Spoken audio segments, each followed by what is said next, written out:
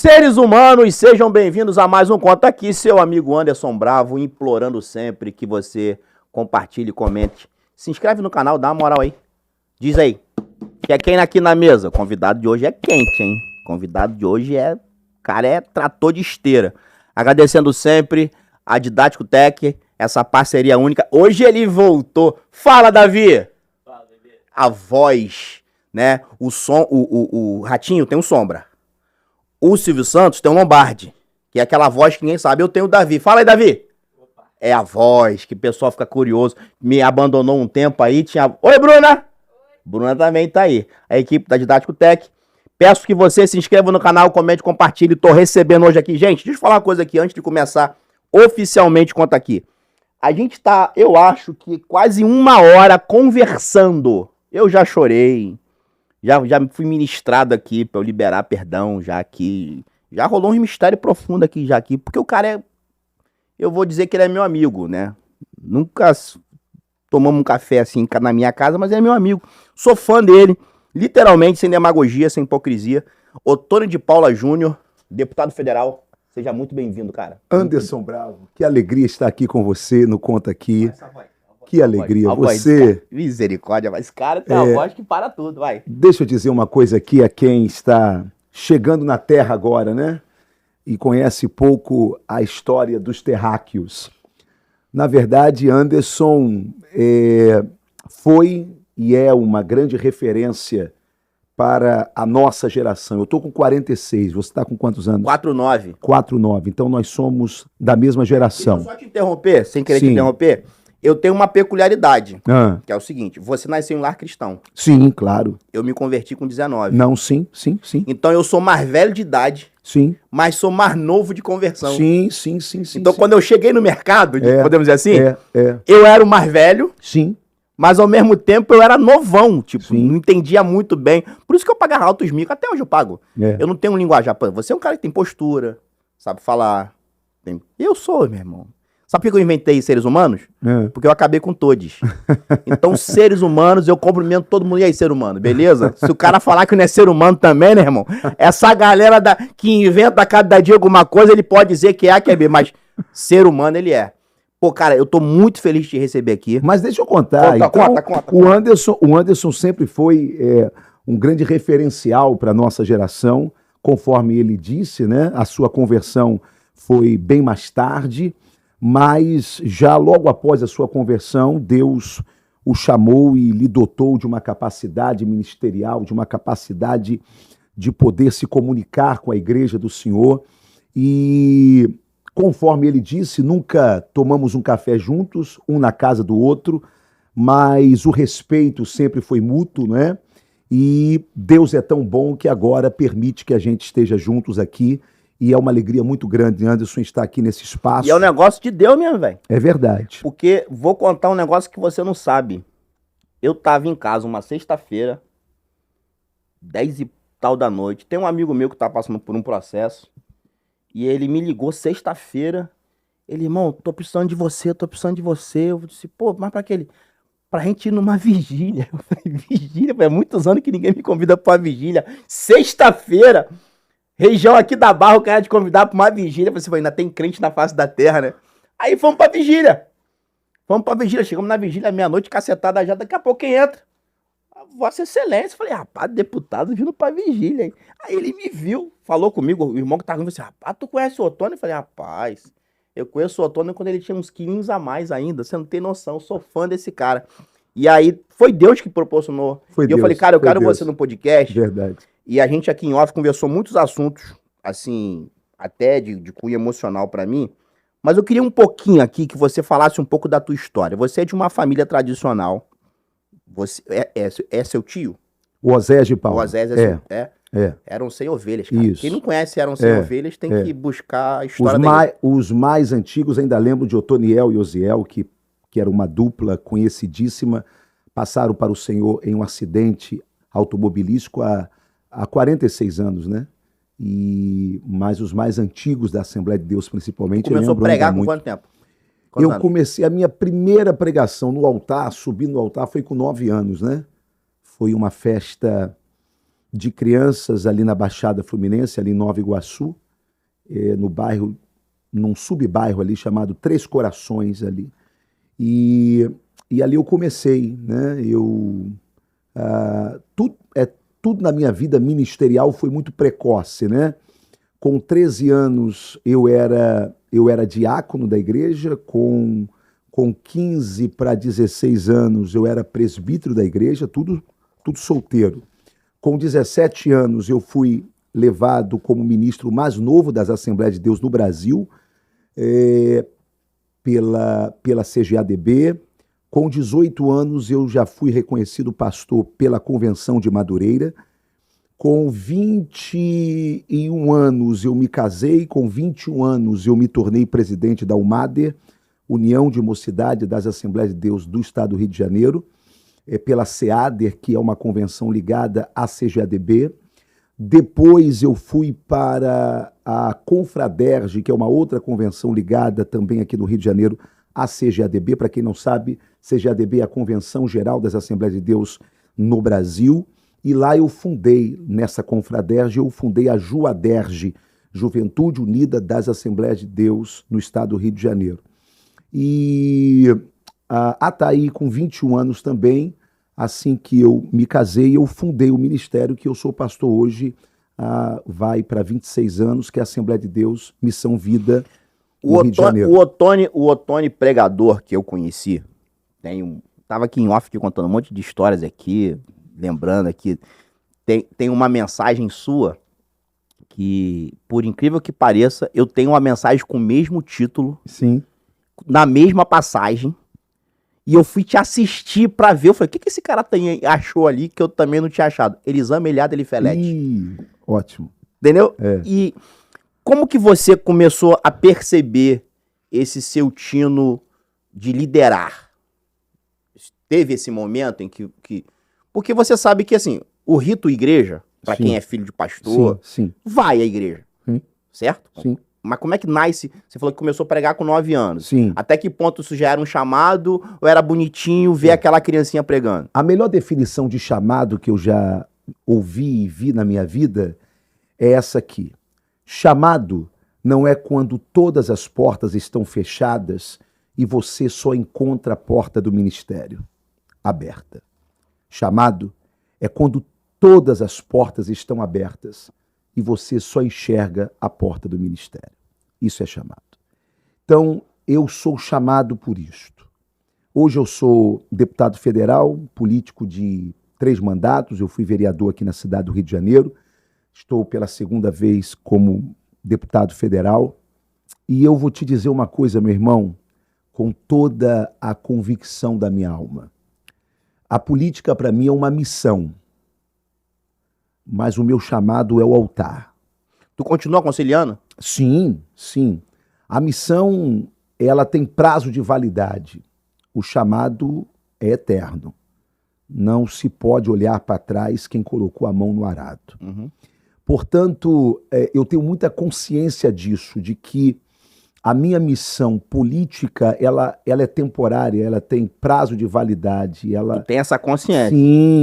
Sim. Quando eu fui para lá, eu assinei um contrato de amor com o meu Senhor. Disputar reeleição para você é estratégico? Disputar a reeleição para mim é saber se Deus ainda tem isso para mim. Porque você tem um negócio peculiar. No dia que eu perder... Eu não ia entrar nessa... Não, eu vou... Eu não volto, porque eu sei que Deus já encerrou. Porque no teu caso, eu fiz questão de anotar isso aqui.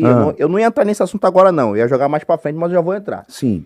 O que é fato, e eu já participei de debates aqui no Politizando. Quando o deputado Luiz Lima, eu trouxe o deputado Luiz Lima aqui, eu falei isso pra ele o seguinte: você faz parte da galera bolsonarista. Sim. Que a gente vai daqui a pouco falar sobre isso. Sim. Então, em 2018, muita gente teve votos avassaladores por estarem colados com o Bolsonaro. Claro. 2022, muita gente ou não se elegeu, ou ganhou com a quantidade muito inferior de votos. Você é diferente. Com um adeno. Sem rede social. Então, em 2018, você teve 120.498 votos. Isso. Eu fiz questão de anotar. Isso. Em 2018, onda Bolsonaro. Sim. Ottoni foi na onda Bolsonaro. Porém, em 2022, sem rede social, você teve 158.507 votos. Você teve mais votos na sua reeleição. Quase 40 mil votos a mais. É nesse ponto que você coloca Deus na história? Sim, e por quê? Primeiro que eu nunca fui do partido do ex-presidente Bolsonaro, né? Pô, Antônio, mas ninguém fazia o que você fazia. Eu era... Tu entrava em culto, Não. ligava o celular e botava o Bolsonaro pra falar. Sim. Só você fazia isso. Isso até hoje. Até hoje? Eu não tem como chamar eu ele era agora, PSC, eu era PSC. Não chama ele aqui agora. Eu chamo, eu não sei se ele atende.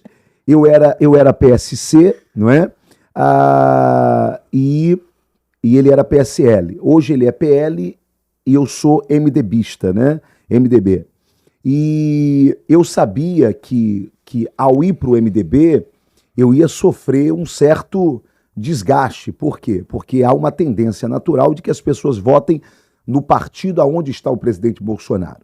E eu fui para o MDB, que é um partido que historicamente foi o palco de grandes corrupções aqui no estado do Rio de Janeiro. Sérgio Cabral, Eduardo Paes na época, Pezão, Eduardo Cunha e tá, foram assim personagens, e sem querer fazer nenhuma crítica pessoal a eles, mas foram personagens de um momento muito ruim do MDB. E eu sabia que eu indo para o MDB, eu ia causar um certo susto em algumas pessoas. E eu sabia que algumas pessoas não votariam em mim porque eu estava indo para o MDB. Mas eu sabia também, e eu me lembro que eu fui até o presidente Bolsonaro, Anderson, e eu disse, presidente, eu estou indo para o MDB no Rio de Janeiro. Ele falou, que loucura, por que você não vem aqui para o PL? E eu disse, não, eu estou indo para o MDB. Um montão de corrupção lá, aqueles caras. Então eu falei, presidente, o senhor conseguiu santificar Valdemar Costa Neto e o PL? Eu acho que eu tenho um pouquinho desse tino de dar uma nova roupagem e uma nova cara, até porque não é o partido que faz o político, é o caráter do político que lhe faz, não é? E eu fui para o MDB e, bem, então eu tinha contra mim eu estar no MDB, que era a grande geni da política do estado do Rio de Janeiro. Curiosidade. Você ganhou na geni, lembra disso? Você ganhou as eleições de 18 pelo PSC. Aí tu continuou nesse partido durante quanto tempo? Fui até a janela partidária, que é 6 meses antes da eleição. Aí lá eu fiz a transição para o MDB. Então você continuou o seu mandato já no MDB? Isso. Não é porque dos últimos 6 meses você faz essa transição. Eu fiz essa transição, então eu tinha contra mim. Eu estava no MDB, eu estava sem rede social, porque já tem 2 anos que Moraes mandou a Polícia Federal. Você continua sem rede social? Eu ainda continuo. Hoje eu sou o único parlamentar, o único político sem rede social. E aí é que está algo muito interessante. As pessoas, elas não sabem que eu sou o único político hoje de direita sem rede social. De que há 2 anos a Polícia Federal esteve na minha casa, não é? E que houve tudo isso comigo. E por que não sabe? Porque, na verdade, eu sou um filho bastardo do bolsonarismo. Então você não vai ver nenhum influencer bolsonarista me defendendo. Entendi. Ok? Por quê? Porque eu sou um filho bastardo do bolsonarismo. Eu não nasci no PSL, eu nunca fui do clã bolsonarista, não é? Como outros, não é? Como você já tá o próprio Luiz Lima. Já tá de bem com o Jordi? Jordi, não. Isso é meu mano, isso é meu amigo, né? Eu chamei ele de anão de jardim e ele chamou de Kibe na época. Eu era gordinho, preto, aí ele me chamou de Kibe. Aí agora essa pergunta aqui, de bem? Aí agora que a gente voltou a ser amigos, né? Aí ele me chama de Cáfita agora, porque eu tô magrinho, né? Mas, bem, então eu nunca fui desse clã. Então, eu nunca tive ninguém me defendendo. Olha, o Ottoni está sem rede, tá, não é? Então, eu sem rede social. Quando eu fui criar, Anderson, uma rede para eu dizer que eu era candidato, Moraes mandou derrubar. Então, eu enfrentei uma eleição sem rede social. Jordi mesmo disse para mim de que antes da eleição, ele aí me chama, ele fala assim para mim, Ottoni, você acha que você vai ter quantos votos? Falei, pô, Jordi, não sei, cara, eu tô sem rede social. Ele falou, cara, a gente tá calculando que você deve ter uns 60, ou seja, a metade, você teve 120, não é? O seu pai, ele é candidato também, não sei se você vai nós conseguir fazer. Aí né? Aí eu falei assim, não, Jordi, eu acho que eu tenho menos, cara. Eu acho que eu devo ter 40 mil votos, 50 mil votos. E olhe lá. Mas eu sabia do meu trabalho, né? Aí, quando a urna abriu, eu aumento quase 40 mil votos e consigo eleger papai com 70 anos, deputado estadual pelo Rio de Janeiro. Tá certo? Agora, fruto de quê? Tu teve mais voto que o Jordi? Tive. Então era você que tinha que estar fazendo o curso Não, agora. eu tive Porque o Jordi tá vendendo o curso Como Ganhar Eleição. O cara sem rede social teve mais voto que tu, Jordi. Fica chateado comigo não, Jordi. Vou te trazer aqui. Não. Isso é Jorginho, mano. Isso é Jorginho amigo demais e é um cara que é um grande referencial. Hoje ele é líder da nossa oposição lá, um cara muito aguerrido, um cara muito especial. Mas, Anderson, na verdade, a política, ela é muito cíclica, cara. Então, e você precisa tomar muito cuidado com o poder, né? Por quê? Porque o poder, ele é algo inebriante. As pessoas, elas me perguntam dizendo assim, qual é a diferença do que você viu na política para o que você viu ao longo de todos esses anos no altar? Eu digo, nenhuma. Tá. Talvez na questão do altar, a política seja um pouquinho mais sincera, porque a hipocrisia do altar, ela se reveste de um manto de santidade e de divindade, e ela é uma hipocrisia que noja Deus. A hipocrisia da política, pelo menos ela é mais honesta, porque ela não envolve Deus nessa parada, né? E o cara é aquilo ali e pronto, acabou. Então, mas o que eu vi no altar? Quais são os inimigos que eu enfrentei no altar? São os inimigos que qualquer homem do altar, que qualquer homem chamado por Deus sempre enfrentou. Qual é? Poder, dinheiro e sexo. Por exemplo, qual é o cara mais poderoso da igreja? O cara mais poderoso da igreja é o pastor da igreja. Dele é a última palavra, não é? Eu digo sempre de que um pastor da Assembleia de Deus, você pode até matá-lo, mas ele é igual um leão, ele vai matar 10 primeiro antes de cair, isso antes de morrer. É um cara poderoso. Poder, dinheiro. O pastor, ele é um cara poderoso, não é? O pastor é um cara que o tesoureiro da igreja é o cara da própria confiança dele, portanto, eu conheço aqui o dinheiro. Eu conheço um que a igreja dele tem 20 anos, ele muda a líder de mocidade, muda a líder das irmãs, muda a líder, mas o tesoureiro... porque o cara que ele ali acredita, não é isso? Não é ali que ele... Não que ele confia. Então, poder, dinheiro e sexo. Qual é o cara mais atraente da igreja? Ele pode ter barriga, ele pode ser gago, ele pode ser fanho, ele pode ser qualquer coisa, mas é o cara mais atraente da igreja. Por quê? Porque o que atrai uma mulher não é o que nos atrai. O que nos atrai a uma mulher é o olhar, é o físico, é o estereótipo. Não é isso a mulher, não. Ela é atraída pelo poder, não é isso? Então, é o pastor. Então, quando você pega a Bíblia, você pega a lei de Deus para o rei. Se eu não me engano, Deuteronômio 30. O Senhor diz assim, está proibido ao rei ter 3 coisas. Acúmulo de cavalos, poder. Acúmulo de riquezas, dinheiro. E ele não podia ter harém, o rei de Israel, sexo. Portanto, há trocentos milhares de anos atrás, Deus já havia revelado o que iria lidar com o poder. Quais os espíritos malignos que iam estar ao lado do rei para tentar derrubá-lo. Poder, dinheiro e sexo. Foi isso que eu encontrei, Anderson, quando eu fui para a política. Mas eu já enfrentava esses demônios lá. Ou seja, eu era o cara mais poderoso da igreja e nem por conta disso eu me tornei vaidoso ou prepotente. Eu era o cara que indicava o tesoureiro da igreja e nem por conta disso eu roubei a igreja. Eu era um cara que, para as mulheres, eu era o cara mais interessante e nem por conta disso eu me tornei um prostituto. A máxima é a seguinte, quem vence no altar, vence em qualquer lugar. Quem vence no altar, vence na política. É isso. Eu obrigatoriamente, era um assunto que eu também ia deixar para frente, mas eu vou entrar agora aqui. Você fez um paralelo de política, igreja, altar. Você falou da hipocrisia. Você como candidato que fez uma campanha junto com o Bolsonaro. Eu vou ser muito sincero com você aqui, não tem nenhuma conotação de te ofender, mas eu defendo essa tese daquilo que a gente conhece um pouquinho de Bíblia, talvez você conheça muito mais do que eu. Tu não acha que a derrota do Bolsonaro, e não tô nem entrando no mérito aqui se houve ou não fraude, não começa quando vocês, pastores, conhecedores mais da Bíblia do que ele, Bolsonaro. Então eu te falo já. Calma, deixa eu acabar de falar. Peraí, você é o convidado, eu sei que você é o convidado. Você vai falar... Não. Você vai falar sobre a história do mito. Não. Não.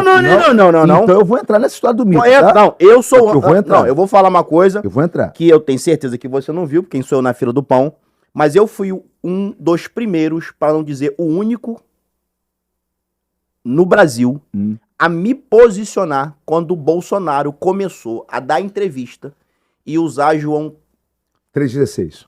Não, 8,32. Isso, 8,32. E conhecereis a verdade e a verdade vos libertará. E ele começou a falar isso para dizer que o governo dele era sério, que não tinha corrupção e que a verdade sairia. E você conhece a Bíblia, que quando a terminologia verdade ali é sobre Jesus. Sim. Então ele pegou um texto bíblico que fala de Jesus para falar sobre a verdade dele. O Bolsonaro falar isso, eu entendo. Porque o Bolsonaro não conhece Bíblia. Os pastores concordarem com isso. A minha questão é, não teve nenhum pastor e falar assim, presidente, não use esse texto mais não. Pô, até aqui, velho. E aí eu vou já adiantar para você ter liberdade para falar. Quando o altar começou a se transformar num ambiente de vota Bolsonaro. No altar, cara. Sim. Ninguém pensou que naquele dia tinha uma mãe ali orando por um filho nas drogas, alguém com problema, que vai para um ambiente chamado culto. Eu vou para culto para adorar a Deus e para apresentar minhas necessidades. E chego lá, tem uma surpresa do presidente. Pô, legal, o presidente está aqui, veio pro culto. Maneiro. Mas o ambiente foi transformado. Sim. E não, eu não vi, se você viu, você pode me falar, ninguém dos grandes líderes que tinham acesso de chegar e falar assim, pô, aqui não vamos entrar nessa seara, não. Sabe aquela frase que nunca comeu melado quando come se lambuza? Foi o que aconteceu com a igreja.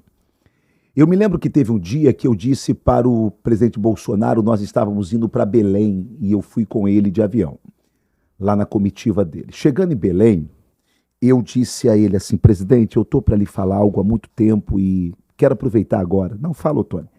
Presidente, toda vez que o senhor entrar no templo e alguém começar a gritar, o povo começar a gritar, mito, presidente, repreende isso, manda parar, o senhor vai agradar a Deus. Ele falou, por quê? Eu disse, presidente, o senhor sabe quando nós, evangélicos, queremos elogiar alguém, o trabalho de alguém, o que alguém fez na igreja, fez para a obra de Deus, a gente diz assim, irmãos, vamos aplaudir a Jesus pela vida do Anderson Bravo. Nós nunca aplaudimos o Anderson Bravo diretamente. Por quê, presidente? Porque nós temos tanto medo de dividir a glória que é do Senhor. E que ele não divide com ninguém? Que a gente oferece o aplauso ao Senhor pela vida de alguém. Então, quando alguém lhe chama de mito dentro do culto, isto ofende ao Senhor, presidente, não é? E ele me ouviu e aí naquele dia eu me lembro que ele ainda pediu para que o povo parasse, mas aí depois houve outras cenas semelhantes. Anderson, eu acho o seguinte, por que Bolsonaro ganhou em 2018? A boa mão de Deus permitiu isso. Bem, se eu acredito que nenhuma autoridade é constituída sem a permissão de Deus, eu tenho que entender que se Bolsonaro perdeu em 2022, também foi a boa mão de Deus. E a teoria da fraude? Ou Deus perdeu o controle. Mas e a teoria da fraude? Ou Alexandre de Moraes é maior do que Deus. Ou uma possível, mas não comprovada, uma possível fraude eleitoral, Deus perde o controle. Não. Se Bolsonaro ganhou em 2018, permissão de Deus. Se Lula ganha em 2022, permissão de Deus. E aí eu vou dizer por que da permissão de Deus eu ousarei em pensar um pouco. E eu não estou dizendo que isto seja a resposta. Eu estou aqui pensando, eu estou contando aqui, não é? Como é o nome do seu podcast. Anderson, na verdade, nós levantamos um bezerro de ouro dentro da igreja chamado Bolsonaro sem a gente perceber. Então você, como pastor, que antes de ser deputado, me desculpa te interromper. Como pastor e como alguém que apoia o presidente Bolsonaro até hoje. Porque para mim isso sempre me incomodou muito. Sim. E o extremo, você sabe qual foi? Que foi usar Juízes 10:3 para fazer menção do nome Jair, com o número 22. Sim. E uma grande liderança que a gente sabe quem é, sim, pegou o microfone e citou isso e fez o povo aplaudir. Sim. E aí você sabe que Deus não divide a sua glória com ninguém. Sim. E depois usar a prerrogativa de, teve fraude, houve fraude, não sei o que, papapá, e aconteceu o que aconteceu. E o Brasil, você de repente pode até falar sobre isso melhor do que a gente, como tá essa CPI do dia 8, porque pessoas sinceras, honestas, porém, sem conhecimento, se permitiram ir para portas dos quartéis, fazer suas orações. Elas não são terroristas, mas elas são sem conhecimento. Mas a minha preocupação não são elas. São aqueles que detêm o conhecimento. E você sabe disso. Então você está reconhecendo que foi construído um bezerro de ouro chamado Bolsonaro. Não, eu não estou reconhecendo, eu estou dizendo dentro da minha percepção... Mas eles lá percebem isso? Dentro da minha percepção, como pastor, que é o que eu sou, não é? Eu sou radialista, eu sou hoje deputado federal, mas a minha formação ela é humana, ela é espiritual, ela é pastoral. Então, dentro da minha formação pastoral, eu entendo que nós cometemos esse erro, ou seja, o erro de transferir para Bolsonaro, certo? Algo que antes de Bolsonaro nós só fazíamos com o Senhor. Ou seja, quem cuida da igreja é o Senhor, quem manda na igreja é o Senhor, ainda que nós sejamos perseguidos, somos do Senhor, não é? Você sabe disso. Quando Bolsonaro surge, ele surge como grande protetor da igreja. E Deus não vai admitir isso. Tanto que quando Bolsonaro perde, eu me lembro que um presbítero chegou para mim, em uma dessas cidades aí do estado, e chocado ele me disse: "Ô Tony, vou lhe fazer uma pergunta como deputado federal." Eu disse: "Pode fazer." Ele, muito abatido, ele disse: "O que será da igreja do Senhor agora?" Rapaz, eu me choquei com aquela pergunta vinda de um presbítero. Eu disse: "O que será da igreja? Como assim, meu irmão? Agora que Bolsonaro perdeu, o comunismo virá. E agora?" Eu disse: "Irmão, a igreja nunca dependeu de Bolsonaro. Bolsonaro é que sempre dependeu da igreja para orar por ele e para votar nele, como exercício de cidadania. Mas nós nunca dependemos de Bolsonaro, não é?" Então, Anderson, eu acho que nós perdemos a mão aí. E, de alguma forma, isto afetou o Senhor, não é? Portanto, eu acho que houve uma espécie de mene tekel farsim. Tá certo? Fosse na balança. Isso. Então, houve uma ruptura temporal de algo que não precisava parar naquele momento, não é? E que atitude do rei, a atitude do rei fez a mão descer do palácio e escrever na parede, parou, finalizou o que não precisava finalizar aqui. Mas a igreja aprendeu a lição? Não, eu acho que toda vez que a igreja... Olha só, a igreja só aprende o que o altar ensina. Quando eu falo a palavra igreja, eu falo liderança. Portanto, se a liderança não fizer essa autocrítica, e essa autocrítica, meu querido Anderson, que eu faço a mim também, não é? quando eu pego alguns históricos, não é, comportamentais que eu tive durante esses 4 anos, certo? Na defesa do presidente Bolsonaro, na defesa daquilo que ele defendia e que boa parte era o que eu defendia enquanto princípios, certo?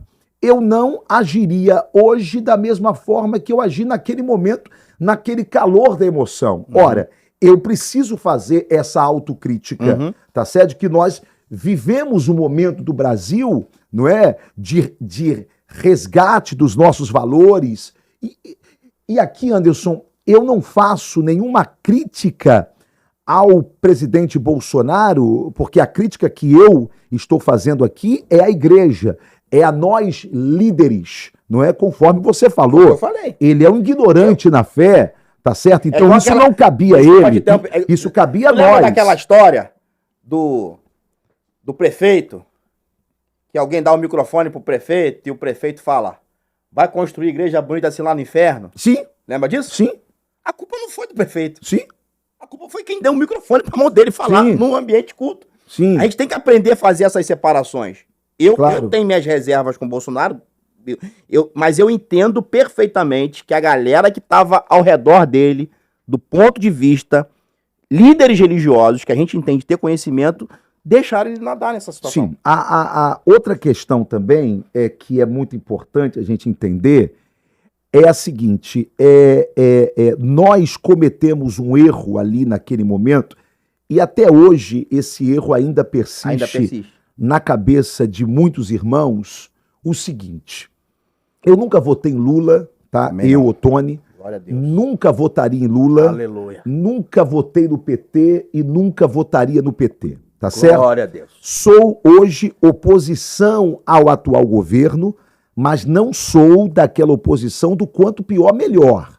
Não, eu não sou daqueles que torcem pro avião cair porque não gosta do piloto, porque eu e minha família estamos dentro do avião. Você é oposição. Certo? Eu não sou aquela oposição do Lula ladrão, Lula ladrão. Eu quero saber. Isso aí, ladrão de 9 dedos. Tu sabe que surgiu a ideia do que o Ottoni virou a casaca. Ah, não, mas olha só, desde que eu me entendo político em Brasília, eu sou visto como o muda-casaca, como mesmo? Isso traidor. Ele vai trair, ele vai trair, reforma ele vai trair, ele vai trair. E, olha, ele vai trair. Deixa eu falar rapidinho aqui sobre a reforma, senão aí eu perco aqui. Desculpa.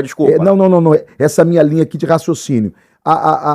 Pronto, agora foi a vez dessa reforma tributária. Olha, o que nós tínhamos e o que nós temos ainda, porque vai ainda levar mais até 2032 para que essa reforma seja ajustada. Bem, essa reforma passa pela Câmara, tá certo? Ela vai agora para o Senado Federal, que é a casa revisora. Qualquer mudança que o Senado faça lá e vai fazer, ela volta para a Câmara para esses ajustes. Na política, você aprova não o ideal, você aprova o possível e o viável para aquele momento. Há muitas fake news do que vai ser essa reforma, infelizmente fabricada por quem se diz de direita, contando mentira, criando ilações, destruindo reputações. Fizeram isso agora com o grande Tarcísio, não é? Que é um cara de um caráter maravilhoso, que é um cara seríssimo, governador do maior estado desse país, um cara de uma personalidade firme, não é? E que nunca foi lulista e que nunca foi petista no que tange a estar defendendo algo em prol do PT. Você tem Zema que concordou, você tem Tarcísio que concordou, você tem o governador do Rio que concordou, você tem os prefeitos que concordaram, ou seja, são todos petistas agora? Não. Na verdade, porque tem aquele vídeo do Bolsonaro lá que vazou. Vamos lá, o texto era muito ruim, o texto inicial, não é? Muito ruim. Só que a PEC nunca foi do governo. A PEC 45, ela é do deputado Baleia Rossi. A PEC 45, que é a PEC da reforma. Certo? O governo colocou muitas emendas ali que transformou a PEC em algo muito nocivo, muito ruim.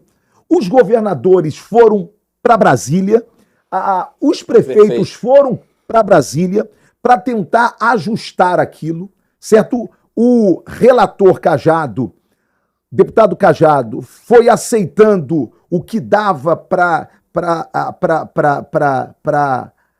mudar naquele momento. Aliás, o nosso relator não foi ali o Cajado, ele foi de outra MP. Bem, o outro deputado lá, que é do PP também. Bem, então, foi ali ajustando, até que nós chegamos a um texto que fez o Tarcísio fazer aquela reunião onde ele foi execrado, dizendo, gente, esta PEC é nossa, nós iríamos aprová-la no outro governo. Não vamos dar essa narrativa para a esquerda. Tanto que Lula, ele faz uma declaração dizendo o seguinte, esta não é a PEC que ele queria, mas é a PEC possível. Ou seja, esta PEC não é de Lula, essa PEC não é de Bolsonaro, essa PEC foi uma PEC do parlamento. Você estava nessa reunião? Sim, não, eu acompanhei Tarcísio o tempo todo. Eu estava com ele o tempo todo, em todas essas negociações. Até que a gente chegou à seguinte conclusão: nós precisamos mudar a forma com que o Brasil trata os seus tributos. Hoje nós temos um manicômio tributário. Pergunta a qualquer empresário, cara.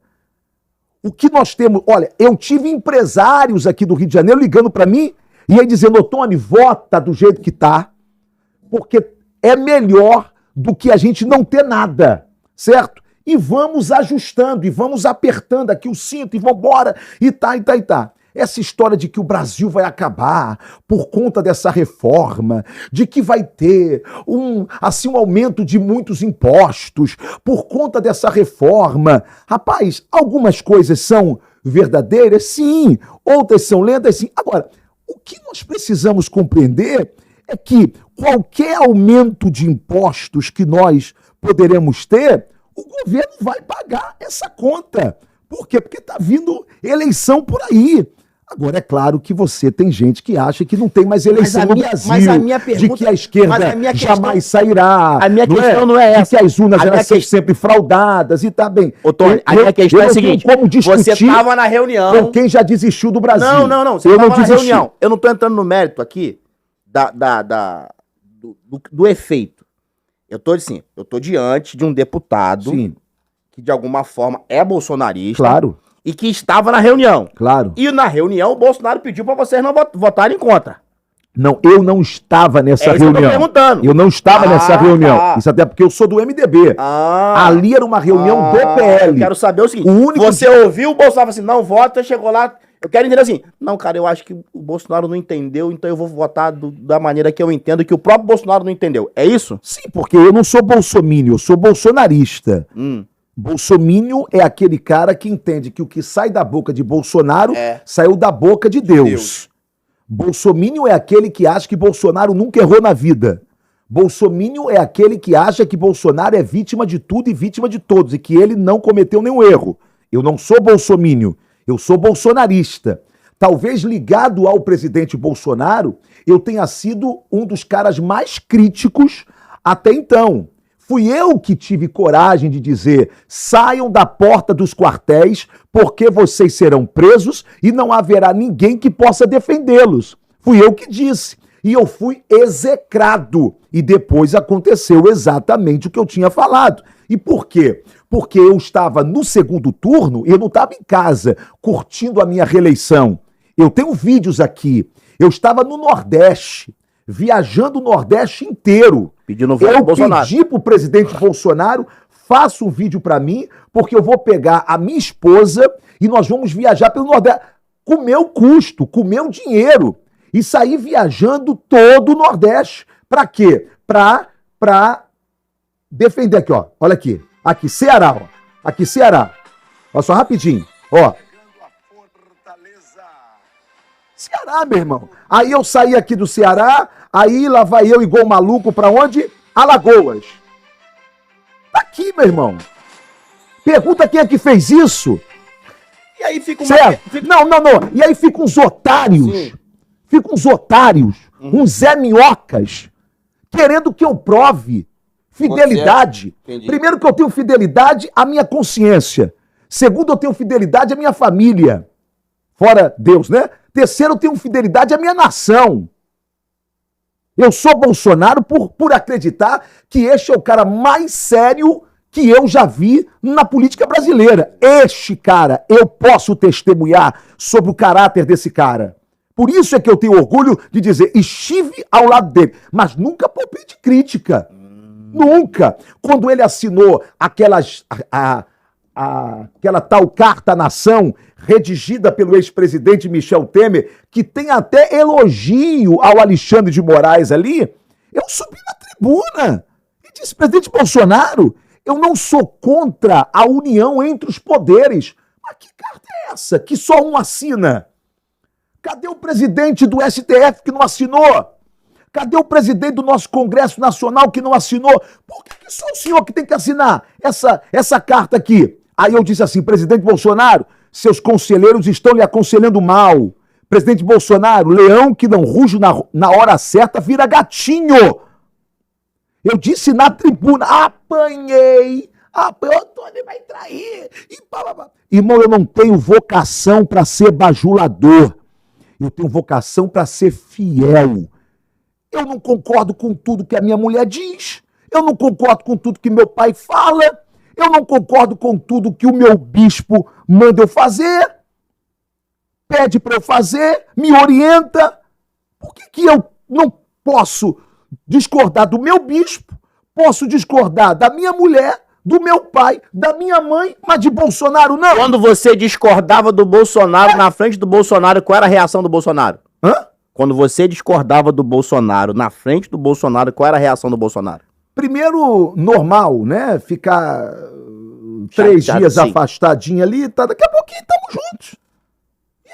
Mas ouvia e botava em execução? O quê? O que você falava? Ah, não. Alguma coisa assim. Ó, quando eu falei agora que essa viagem... Você não é obrigado a concordar comigo. Que essa viagem dele pra fora do Brasil foi um erro. Foi papo de frouxo. Erro, porque ia colar nele frouxidão. E colou. Quando ele resolve ir, aí eu dou uma entrevista, porque eu não conseguia falar com ele. Eu falei, então eu vou dar entrevista, porque vai chegar. E aí a entrevista foi, a viagem do presidente Bolsonaro beira covardia. Ele pode até viajar, que é um erro, mas ele tem que dar satisfação ao povo, a quem está na porta dos quartéis. Aí me ligaram de lá. Pô, o presidente ficou chateado. Eu falei, meu irmão, eu só estou tentando defender ele. Por quê? Porque Lula foi preso e ele sabia que Moro iria mandar prendê-lo. Falaram para ele, ó, vaza que Moro vai te prender. Lula falou assim, não, eu vou ficar aqui. E foi preso. Dentro da prisão, chegaram para ele e aí disseram, fizemos um acordo, você vai sair com tornozeleira. Ele disse, só sai daqui com a minha dignidade. Um cara como Lula, meu irmão, envolvido em corrupção. Mas é aquilo que a gente fala, todo mundo sabe. A esquerda sabe fazer coisas que a galera da direita não sabe fazer. Ele soube suportar. Ele soube suportar, certo? E eu não estou aqui defendendo Lula, não. Não, pô. Certo?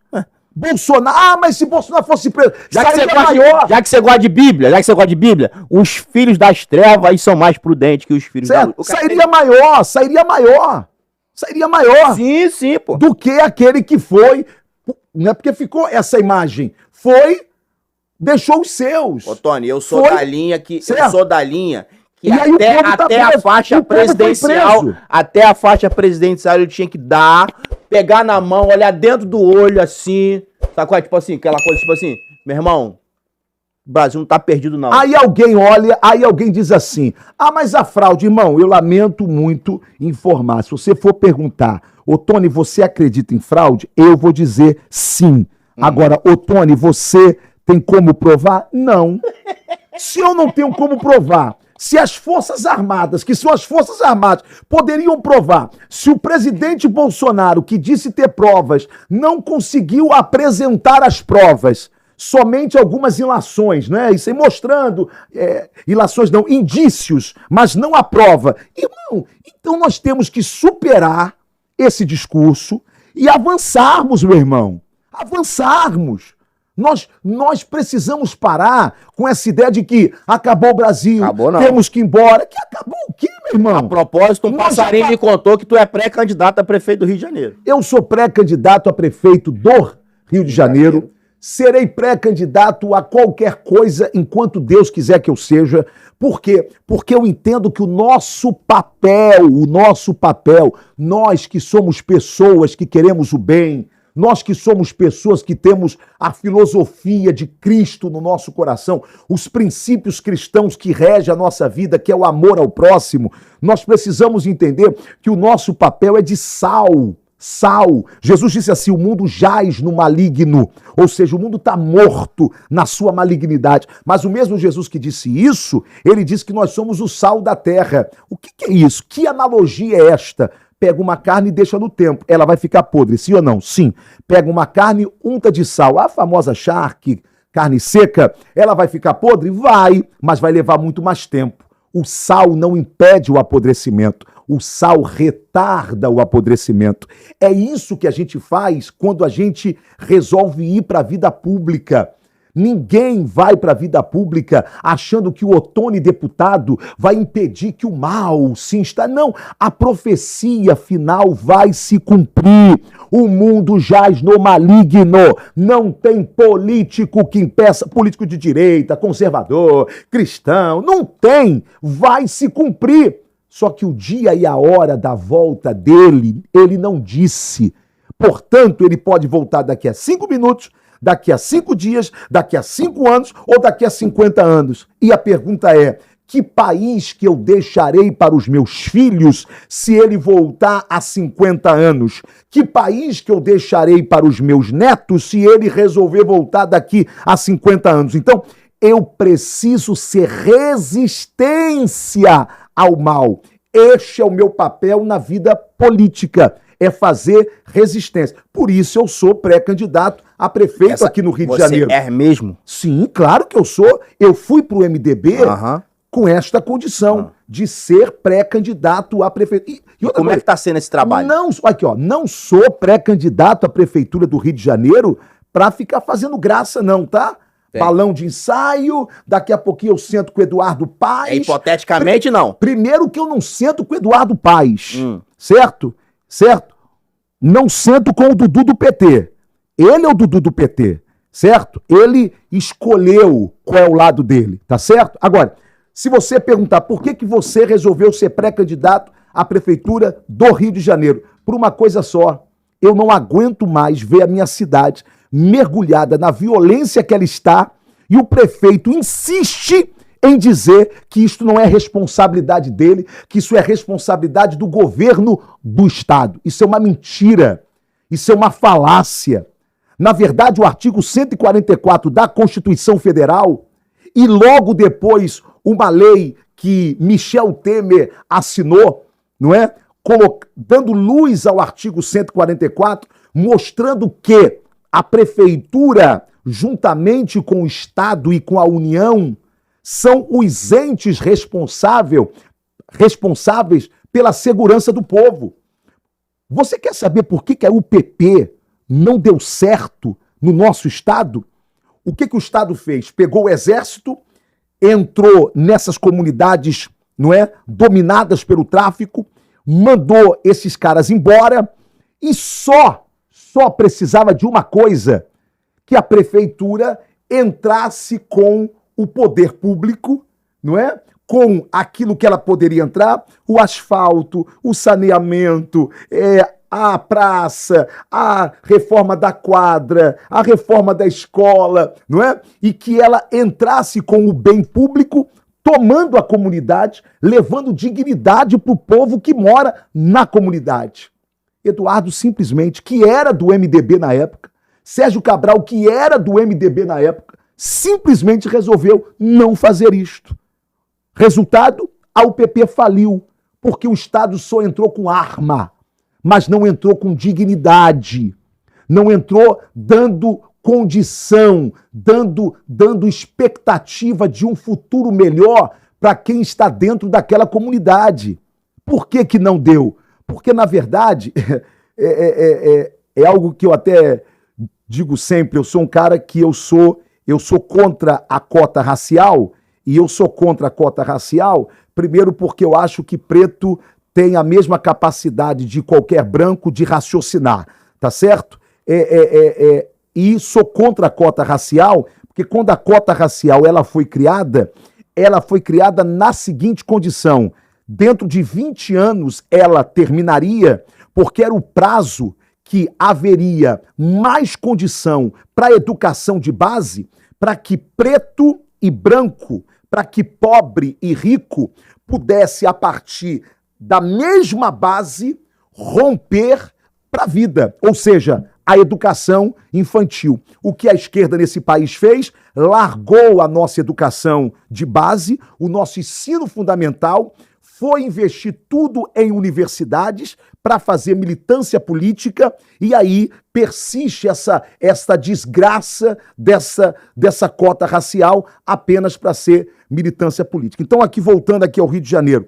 Então, nós precisamos entender que nós precisamos ter uma prefeitura que cuide da segurança do nosso povo.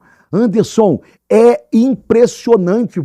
Hoje, você não tem, por exemplo, uma guarda municipal armada. É claro que ninguém quer essa guarda do Eduardo Paes armada, porque é a guarda que só dá porrada em camelô e só multa. Só isso. Essa guarda a gente não quer, certo? Mas nós queremos uma guarda tipo a guarda de Porto Alegre, a guarda metropolitana em São Paulo, por exemplo, que é mais respeitada do que a própria polícia militar. Usa fuzil, cara. Eu sou a favor do seguinte, Anderson: a guarda municipal cuida dos pequenos delitos do dia a dia, do roubo, e deixa a polícia para os grandes delitos. Aqui, agora, o Otônio Pastor tem uma igreja ligada ao Campo de Madureira. Sim. Eduardo tem relações próximas com o bispo Abner Ferreira. Sim. Como é que isso se dará? Se dará que, no Ministério de Madureira, do qual eu faço parte, qualquer manifestação política minha tem que ter a bênção do meu líder. Ou seja, se eu sou deputado federal, eu tive a bênção dele. Se eu sou pré-candidato à Prefeitura do Rio, eu tive a bênção dele. O bispo, ele tem algo que ele diz o seguinte: gratidão não se prescreve. E ele é grato por algumas coisas que o Eduardo lhe atendeu, não na esfera pessoal, mas na esfera da própria igreja. E muitas vezes não da igreja de Madureira, mas de outras igrejas também. E Eduardo atendeu.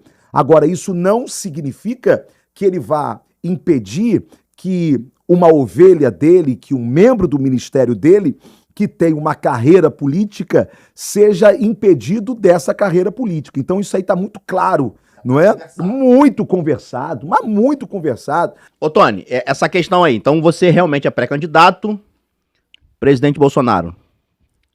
Na verdade, eu sou do MDB, não é?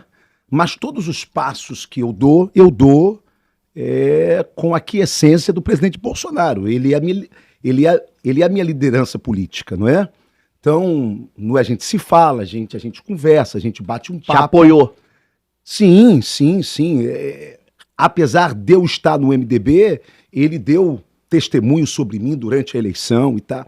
Então, mas ele é PL, não é? Então, eu não posso aqui falar aqui para você de que o PL vai me apoiar. Agora, o que eu posso falar aqui para você é que eu e aí o presidente Bolsonaro temos uma história e há um certo carinho e há um certo respeito, não é? E a gente conversa, a gente senta, a gente pensa juntos aí sobre o Brasil e pensa juntos sobre o Rio de Janeiro também. E inclusive aquele aqui, ó. Que isso, hein? Olha o quanto tá aqui dando moral. Aqui. Fala, presidente! Presidente Bolsonaro, tudo bem? Nós estamos aqui nesse podcast Conta Aqui. Deixa eu lhe apresentar aqui o Anderson. O Anderson Bravo é quem toca aqui esse podcast. Ele vai lhe cumprimentar aqui e vai abrir aqui o espaço para o senhor poder falar aqui também. E é um podcast de grande audiência aqui no nosso estado, aqui do Rio de Janeiro. Anderson, fala aí com o nosso presidente. Presidente, o senhor tá bem? Agora tudo bem. Mas tá podendo. Agora o senhor tá podendo comer cachorro-quente? Não, de vez em quando eu dou uma fugida aqui. Tá conseguindo encontrar tempo pra comer cachorro-quente? Posso comer sim. Presidente, eu quero agradecer a sua participação. Confesso pro senhor que eu já lhe bati algumas vezes, viu? Já falei algumas coisas que eu não concordava com o senhor, mas lhe respeito, lhe admiro. E eu tenho uma história engraçada que quando o senhor ganhou em 2018, um desses muitos 7-1 que aparece na nossa vida, falou que era muito amigo do senhor e que ia conseguir de eu ir na sua casa. Eu fiquei na porta da sua casa até 3 horas da manhã e o cara falar, tô chegando aí, e eu fui embora. E o cara não apareceu até hoje, porque ele falou, não, eu sou amigo do Bolsonaro e a gente vai na casa dele pra comemorar a vitória, lá em 2018. Eu fiquei até 3 horas da manhã, ali na Barra, e fui embora. Presidente, o Ottoni, ele é um defensor seu árduo, porém crítico quando há necessário. Eu só tenho uma pergunta pra lhe fazer, simples no conta aqui. O senhor acredita que uma melhor assessoria, do ponto de vista, aqueles que falam a verdade, é o que às vezes a gente precisa para seguir um mandato melhor? Olha, eu sempre dei espaço para todo mundo conversar. Só que alguns extrapolavam. Eu não queria dar uma sugestão, um palpite, um conselho. Eu queria que fizesse aquilo. Então, entre quem está de fora e quem está de dentro, há uma diferença enorme. Mesma coisa, eu costumo dizer uma coisa, serve para todo mundo aí, tá? Até pro Ottoni, que é um político que está ficando meio velho aqui em Brasília já. Se eu pagar a missão para você descarregar um caminhão de tijolo em meia hora, você não vai cumprir essa missão. Então, essa missão você precisa de 10 pessoas para descarregá-la em meia hora. Então, tem certas coisas que chegaram para mim em Brasília que era igual a missão para descarregar o caminhão cheio de tijolo. Então, se você não tivesse mais gente do teu lado para fazer a coisa certa e coordenada, não adianta você querer imprimir velocidade que não vai conseguir atingir aquele objetivo. Então, certos conselheiros agem dessa maneira. Descarrega o caminhão aí em meia hora sozinho. Não dá. O senhor, na sua trajetória, teve mais aliados ou mais traidores? Traído nós temos tudo quanto é lugar, né? Até dentro do condomínio, no prédio, às vezes até dentro de casa. Isso aqui não falta. Quem é o traidor? O traidor é aquele cara que quer estar no teu lugar, mas não quer se esforçar para chegar lá. Eu, por exemplo, passei 28 anos dentro da Câmara para chegar a presidente da República. Logicamente, meu objetivo não era esse, só que apareceu a oportunidade. Em aparecendo, eu assumi. E o meu trabalho está aí. Se quiser debater sobre ele, estou à disposição. Quero o senhor aqui no Conta Aqui. O senhor me dá esse privilégio. Eu fiquei sabendo que o rapaz lá do Podpah falou que não te levaria no podcast dele. Se o senhor quiser vir no meu podcast, me dá essa honra de vir no meu podcast. É um podcast simples, porém tem um camarada que gosta muito do senhor. Que Deus lhe abençoe e dê muita saúde, viu? Obrigado. Valeu. Só vim. Um abraço, presidente. Quer fazer alguma pergunta, presidente? Um abraço. Quer? Presidente Bolsonaro, só para a gente encerrar aqui agora, se o Anderson ele me permite, qual é o quadro que o senhor vê hoje da nação brasileira após o seu governo? Eu sei que nós estamos vivendo hoje um momento muito difícil. A gente que está lá no parlamento, a gente está vendo que as coisas estão muito complicadas, não é? Acharam de que, lhe tornando inelegível, isso iria afetar a nossa direita, mas eu tenho certeza de que o senhor ficará muito maior nesse momento, porque se tornará o grande líder que nós sempre tivemos em ti. Mas qual é o quadro que o senhor faz hoje? Qual é a visão que Jair Messias Bolsonaro tem hoje do Brasil? Presidente, tem volta aqueles que estão desesperados, achando que nunca mais nós retornaremos ao poder? Qual a palavra daquele que mais sofreu e mais sofre perseguição por tudo que já fez pelo Brasil? Por favor, presidente, pode falar.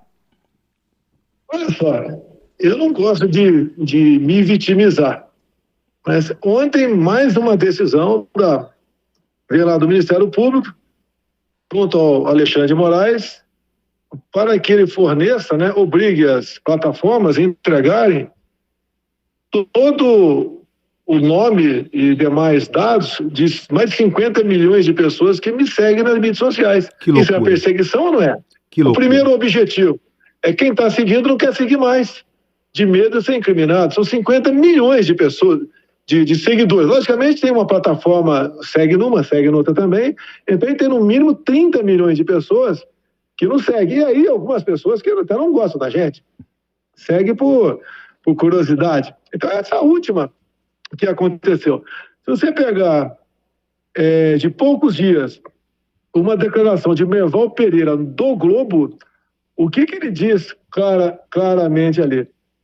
Em conversa com ministro do Supremo, com alguns, eles têm dito que, e se orgulhado, que salvaram o Brasil de uma ditadura com o Bolsonaro. E daí, logo mais na frente, o próprio Merval fala o seguinte: salvaram como?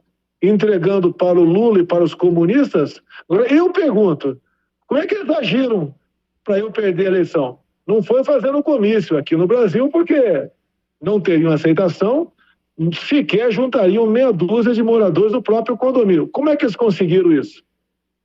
E a gente teria muito o que falar aqui, a gente vai analisando o que está acontecendo, é uma coisa realmente que nos causa muita surpresa.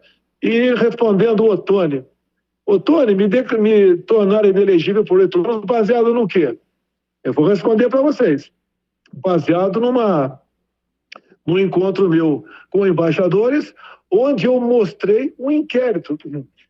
Aqui primeiro, por coincidência, onde eu mostrei um inquérito que foi aberto em novembro de 2018, que estava apurando fraude nas eleições de 2018, a minha eleição com alguém. Em poucos dias, a Polícia Federal resolveu deixar de molho, deixar em banho-maria esse inquérito. E está até hoje, 5 anos, o inquérito está aberto. O que é mais grave, depois que eu divulguei esse inquérito para os embaixadores, daí foi que o TSE, de Barroso, de Alexandre de Moraes, carimbaram como confidencial esse inquérito. Então, eu fui julgado e condenado por um inquérito que vocês não podem ter conhecimento e numa reunião com embaixadores. E o inquérito que não era confidencial, né, presidente? Sim, não era até o momento que eu tornei público ele. Então tem 3 páginas de todo o inquérito, são uma centena de páginas, 3 que interessam. Se vocês tomarem conhecimento dessas 3 páginas, que se resumem em 30 segundos, vocês vão cair para trás. Agora, por que eu não vou divulgar para vocês? Porque se eu divulgar agora, já que o próprio Ottoni falou aí, ele passou a ter uma chancela de confidencial. Daí sim, eu estaria incorrendo em crime. Mas, por outro lado, qual é o papel da Justiça Eleitoral? Nas próprias palavras do Gilmar Mendes, lá atrás, em 2017, quando julgou a chapa Dilma Temer, que o papel da Justiça Eleitoral não é caçar mandatos, enfim, garantir eleições confiáveis, seguras e limpas. Ou seja, um festival de contradição, cujas contradições eles usam para condenar alguém a ficar inelegível. É o meu caso no momento. A pergunta é, só para terminar, e eu quero agradecer a esse espaço aqui do Anderson Bravo, aqui no Conta Aqui. Presidente, a pergunta é, tem jeito? Dá para ter ainda esperança? E eu estou perguntando isso para quem mais sofreu esse processo todo, para quem foi mais execrado nesse processo todo. Tem esperança, presidente? Tem, tá? E apenas contando mais uma. A semana passada, o Tribunal de Contas do Trabalho quer que eu seja demitido do partido. Como eu não tenho mais direito político, nem mané eu sou, que eu não tenho direito político, eu não posso trabalhar num partido político. Agora, tem. Ô, Tony, você sabe, tá? Você é evangélico, é cristão, só a morte que não tem jeito. Eu só abandono o meu ideal se me enterrarem um dia. Por enquanto, eu estou na UTI, respirando por aparelhos. Mas vou colaborar com o meu país enquanto vivo e forças Deus me der. Amém, presidente. Muito obrigado, Anderson. Muito obrigado por esse espaço dado ao presidente. As portas, a mesa, o estúdio do Conta Aqui está aberto pro dia e a hora que o senhor quiser. Ok. Um abraço. Um abraço. Valeu, presidente. Obrigado. Um abraço aí pelo espaço. Um abraço. Tchau. Que é fato, o homem tem moral. O Ottoni tem moral com o cara, isso aí é inegável. Ele, tipo, matou e mostrou, né? Foi lá e ligou, e isso é interessante. Ottoni, essa sua relação com o Bolsonaro, como é que ela nasce? Ela nasce em 2017, quando eu fui eleito vereador na cidade do Rio de Janeiro, e a onda Bolsonaro ainda não tinha surgido, estava ainda começando, e eu passei a pegar aquelas revistas, Isto É, Época, Veja, que começava a bater no Bolsonaro, e eu pegava, subia com a revista, e na tribuna, enquanto vereador, eu defendia o então deputado Jair Messias Bolsonaro, que eu nunca tinha visto na minha vida, apesar de ter tido 400 mil votos em 2014 como deputado federal. Mas eu nunca tinha visto o Jair na minha vida. Mas eu estava defendendo. Eu não sabia que o filho dele, o Carlos Bolsonaro, que era do meu partido, pegava essa minha fala e mandava para ele. Aí o Jair me ligava dizendo: Ottoni, tudo bem? Eu falei: ô, capitão, tudo bem? Olha só, muito obrigado aí pela sua defesa. Posso colocar na minha rede social? Ou seja, ainda não tinha onda, hein? Ou seja, ele precisava de alguém defendendo ele. Ter conteúdo. Naquele momento ele só tinha um Magno Malta para isso, e eu fui o segundo político para isso. E aí ele colocou uns 5 pronunciamentos meus. Isto criou um densamento entre o eleitor bolsonarista e eu, que era então vereador, e aí eu vim candidato a deputado federal, não pelo PSL, pelo PSC, porque eu não sabia se eu ia ganhar ou não. Se eu fosse para o PSL e perdesse, eu podia perder o mandato, né? Então eu continuei lá no PSC e tive os mais de 120 mil votos em 2018. E sabia que a única coisa que o meu eleitor pediu a mim foi: fique ao lado de Bolsonaro se ele for eleito presidente da República. Seja fiel. E eu cumpri durante 4 anos o que o meu eleitorado disse. Repito, fazendo críticas, não é? Opinando contrariamente em alguns pontos, indo até o presidente dizendo: não, presidente, isso aqui não é isso, é o que ele falou, não é? Tem muita gente que faz a crítica, mas quer impor, não é? Ou quer ser aquele conselheiro dono da verdade. Eu não, de maneira nenhuma. Teve dias que ele ficou chateado comigo? Pode ter tido dias, não é? Como eu também, normal. Eu nunca tive um cargo de Bolsonaro. Eu nunca tive um espaço no governo Bolsonaro. Essa era a pergunta que eu não queria calar. Ele nunca me deu... Quando você saiu em 2022 agora, você falou que você nem curtiu a sua reeleição. Tu já pegou o avião e partiu. Nordeste. Tinha alguma coisa programada? Algum ministério? Alguma coisa não, nada programado. Fidelidade. Bolsonaro nunca me prometeu nada. Fidelidade. Fidelidade. Eu sou um cara que, olha só, eu nunca fui bolsonarista por Bolsonaro. Eu sou bolsonarista porque eu conheço o Bolsonaro. Ele é esse cara aqui. Esse cara que fala a verdade. Esse cara que não tem filtro.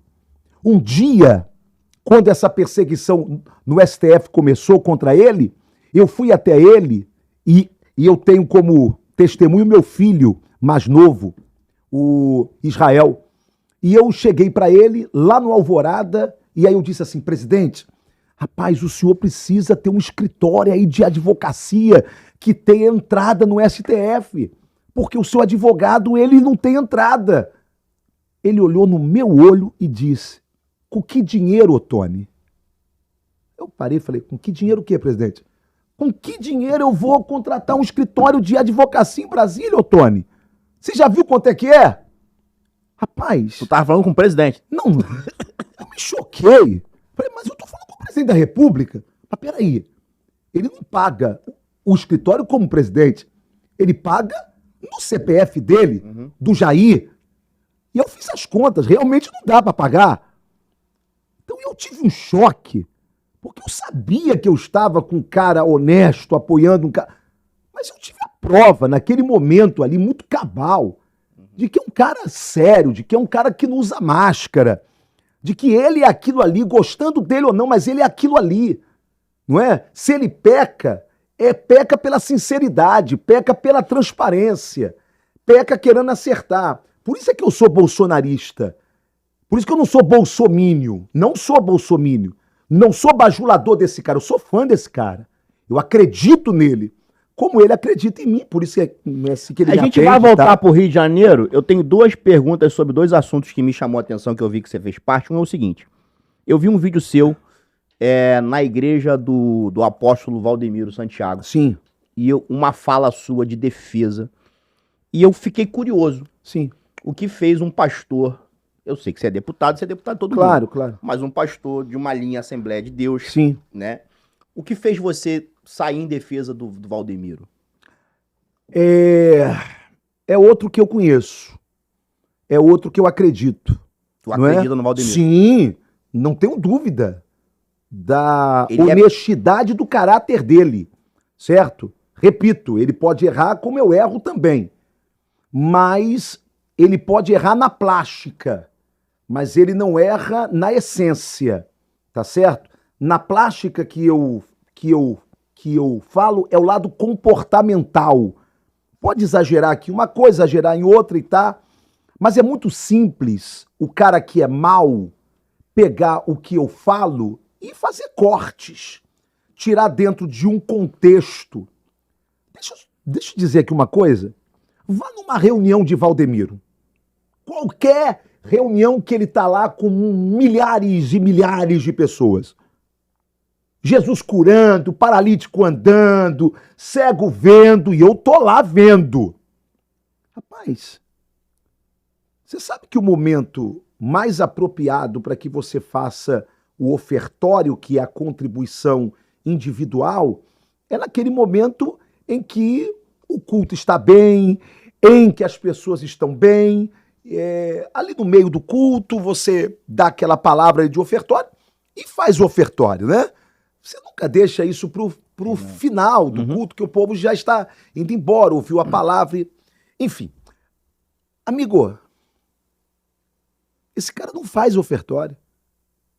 Ele acaba, ministra, entrega pro bispo dele, já no final, o bispo faz um ofertório ali muito rápido, e aí eu fui questioná-lo.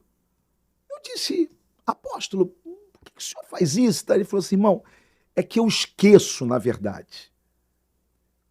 Na verdade, ou eu me preocupo com as finanças, ou eu me preocupo em me santificar para você ver o que você viu aqui, que são os milagres do Senhor que acontecem aqui. Então, Anderson, eu só defendo quem eu conheço.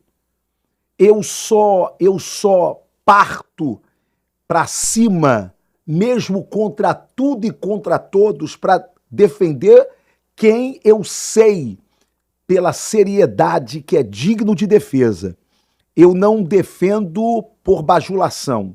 Eu não defendo por interesses pessoais.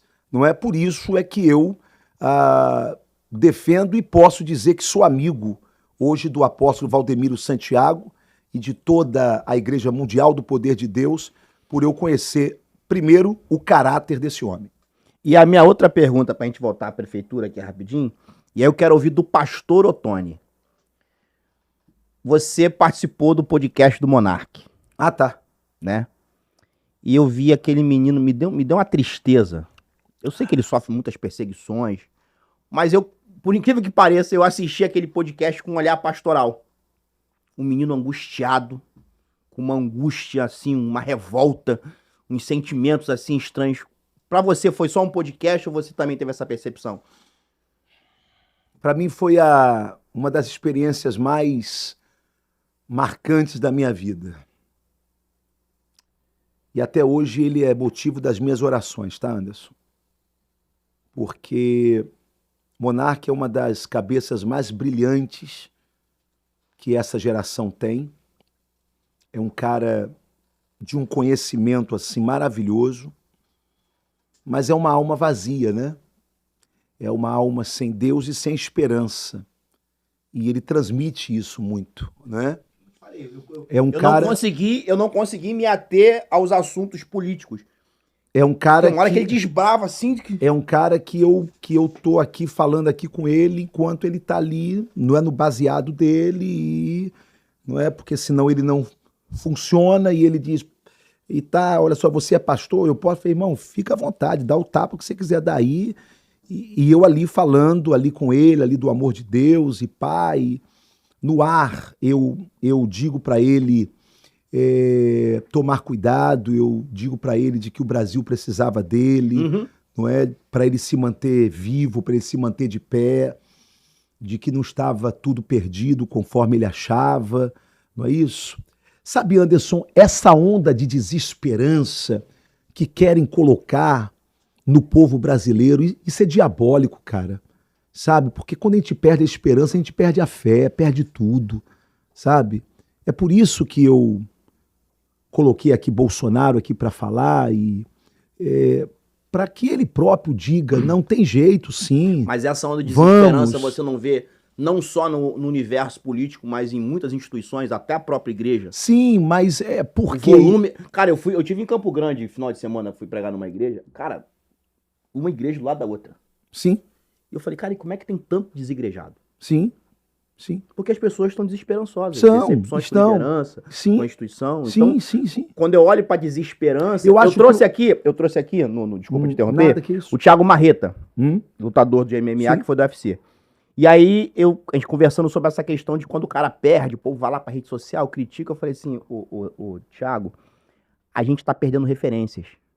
A gente não tem mais um Ayrton Senna. Isso. A gente não tem mais um Pelé. Isso. Né, na área esportiva. Então, quando você encontra alguém, isso, você gera expectativa. A gente não tem mais um Guga. Isso. Né, um Xuxa, um nadador que te desperte, um Oscar do vôlei. Então, quando você encontra um desportista que tem uma probabilidade de elevar o nosso nome, a gente gera expectativa e joga tudo nele. E quando o cara perde, a gente se frustra. Você concorda comigo? É que é o que aconteceu com a maioria dos cristãos e dos conservadores e da turma aí da direita que votou em Bolsonaro, não é? Quando ele perde a eleição, com todas as críticas que se pode ter, não é?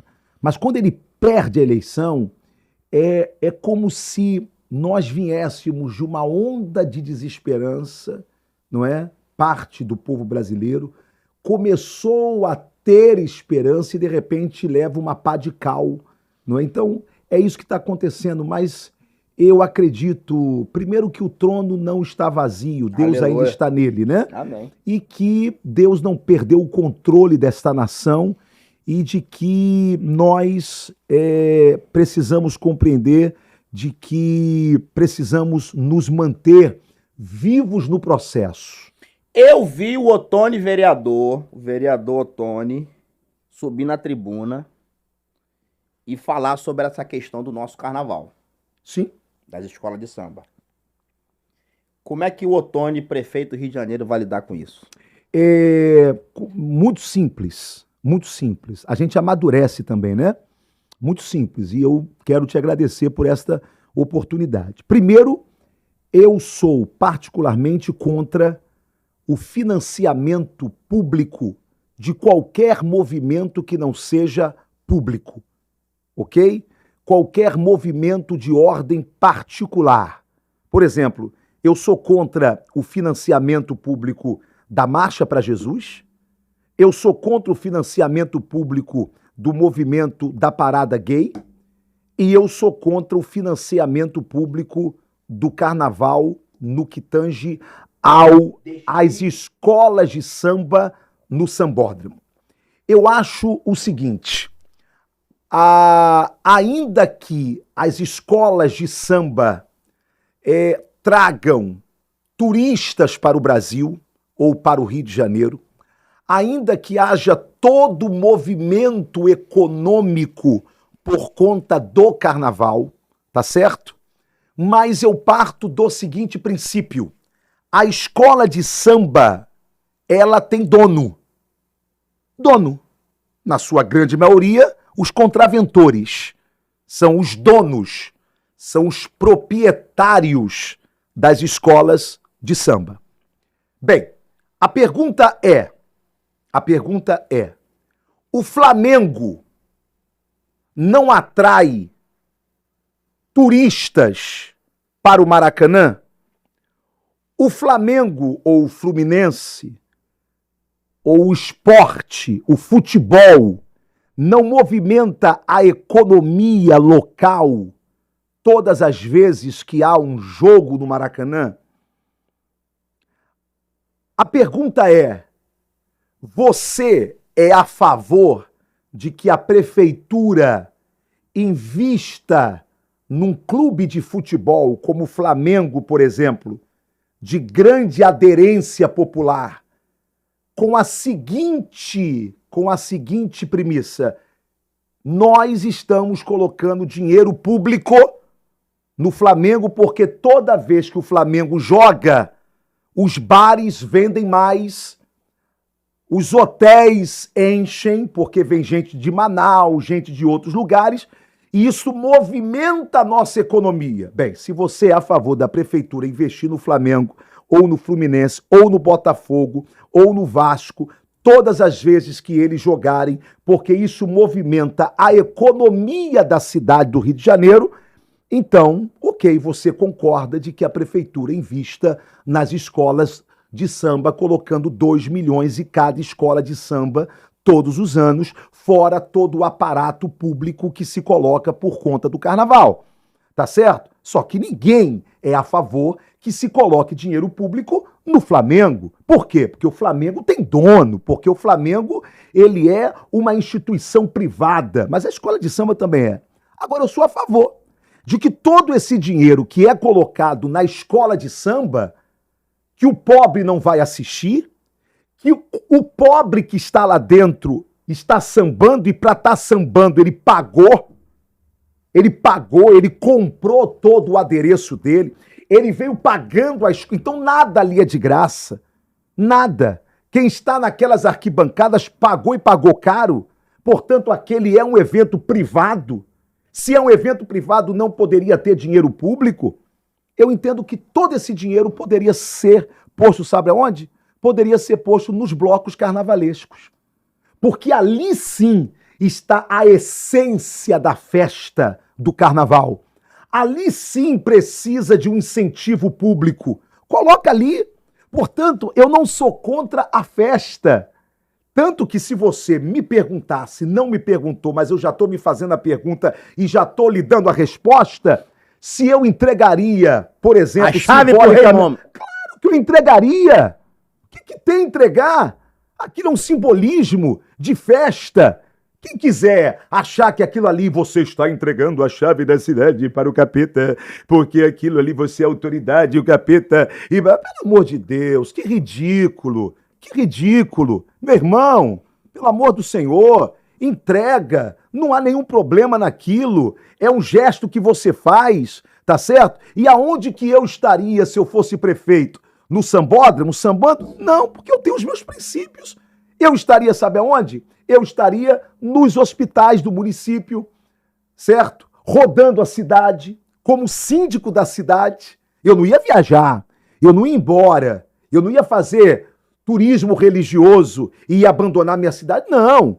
Por quê? Ô Anderson, não se pode misturar. Não ia vender o camarote. Não se pode misturar, certo?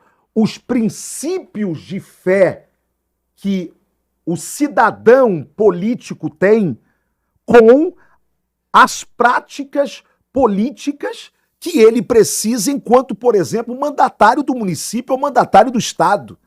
Você não pode fazer essa mistura. Por quê? Porque se você fizer essa mistura, aí sim você está cometendo o crime de misturar a sua fé e fazer a sua fé prevalecer sobre aquilo que é público.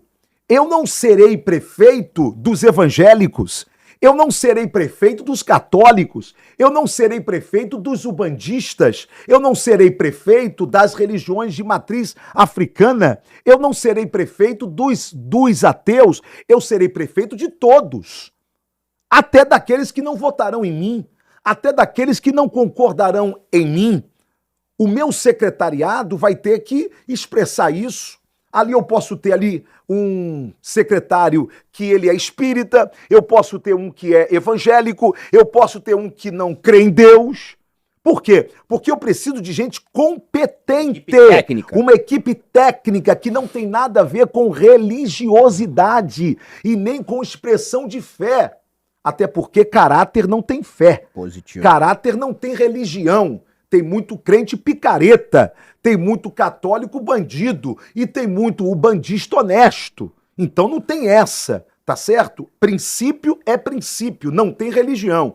Então, meu amigo, misturar essas coisas traz dano à cidade. Então, quando eu falo sobre dinheiro público no carnaval, eu não estou falando contra o carnaval e não estou dizendo que eu, enquanto síndico dessa cidade, que respira carnaval, que respira cultura, eu daria um tiro no pé, sendo contra o berço cultural do Brasil, o berço do pagode, o berço do samba, não é? É aqui é a caixa de ressonância da cultura brasileira.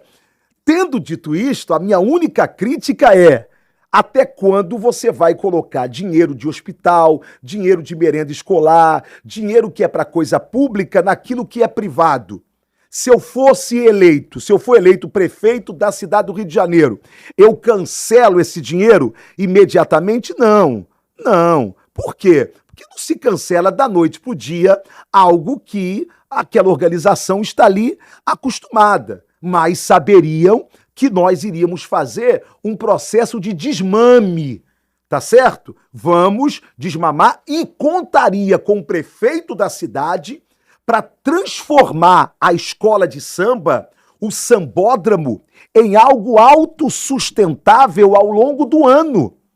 Por que o sambódromo, aquele patrimônio público, o berço do samba, só é usado no período de carnaval? Não! Vamos fazer ali uma grande oficina. É uma pergunta que gere dinheiro o ano todo. Tiaguinho do Pagode fez a tardezinha no Engenhão.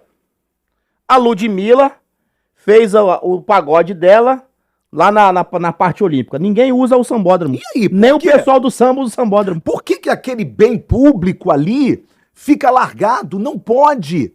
Aquilo ali pode ser autossustentável. Nós podemos atrair turistas para a cidade do Rio de Janeiro durante o ano todo. Ainda tem aquelas escolas ali? Tem. Mas só que a gente precisa... a cidade ali do samba, né, que você está falando. Não, dentro do sambódromo tinha CIEPs. Não tem mais? Não. Quando criaram o sambódromo, tinha o CIEP. Sim. Lembra disso? Tinha. Não tinha CIEP ali? Tinha. Então não tem mais. Não. Então o que acontece? Hoje ainda funciona algumas coisinhas, mas muito diminutas ali dentro. Dado o tamanho que você está falando. Muito diminuto ali, pode ser usado muita coisa. Bem, o que eu estou falando é que é o seguinte, falamos sobre o turismo. Qual é o grande petróleo do Rio de Janeiro? O grande petróleo do Rio de Janeiro não é essa borra preta que a gente chama de petróleo. O grande petróleo do Rio de Janeiro, até porque isso é finito, o grande petróleo do Rio de Janeiro é a cultura e a vocação turística do Rio de Janeiro. Só que hoje, a Torre Eiffel, lá em Paris, recebe mais turistas do que o meu Rio de Janeiro. Aliás, do que o Brasil. E ainda mais do que o meu Rio de Janeiro. Tem mais gente indo para Paris para ver aquela armação de ferro que parece enorme, mas é pequena, certo? Do que vir no meu estado ou vir na minha cidade. Por quê? Aí eu volto a dizer, a questão da violência. Enquanto nós não resolvermos a questão da violência, e isto, enquanto nós não tivermos um prefeito que diga, esta é uma responsabilidade minha também, minha enquanto ente participativo da nossa federação. Ou seja, já é constitucional de que município, Estado e União precisam juntos trabalhar pela segurança do nosso povo. Não dá para a guarda municipal ficar cuidando apenas de estátua, de bem público, porque não existe maior patrimônio público no Rio de Janeiro do que os próprios cariocas. O Ottoni num debate com o Dudu vai ser maneiro. Dudu do PT? Isso vai ser legal. A gente tá caminhando pro final. Lembra quando a gente estudava, que tinha complete a frase? Sim, mas aí vai ser... Aí a professora vai assim, pode ser com as suas próprias palavras, lembra disso? Entendeu? Okay. Não vai ter as opções, não. Okay, então eu vou te fazer aqui, aí você completa a frase. Vamos lá. Ser deputado federal é muito bom por quê? É muito bom porque eu descobri que na política, que sem a política você pode abençoar no varejo, mas com poder político você pode ser bênção no atacado. É por isso que eu vim para a política e é por isso que eu tenho orgulho de dizer que eu sou político. E ser político e ser deputado federal é muito ruim, por quê? É muito ruim porque a gente não consegue fazer tudo o que imaginava que poderia fazer. É por isso que eu preciso e quero sair do executivo, do legislativo e vir para o executivo. Porque mesmo com o poder do bom, tem um lado ruim. E o lado ruim é o poder da entrega. Eu sou um fazedor de leis e um fiscalizador do executivo. Eu quero entregar, eu quero mudar a vida do meu povo, mas eu só mudo se eu estiver no lugar certo. Tem um projeto seu lá em Brasília que ainda não foi, que você tá assim... Ui. Sim, tem. Quer falar aqui?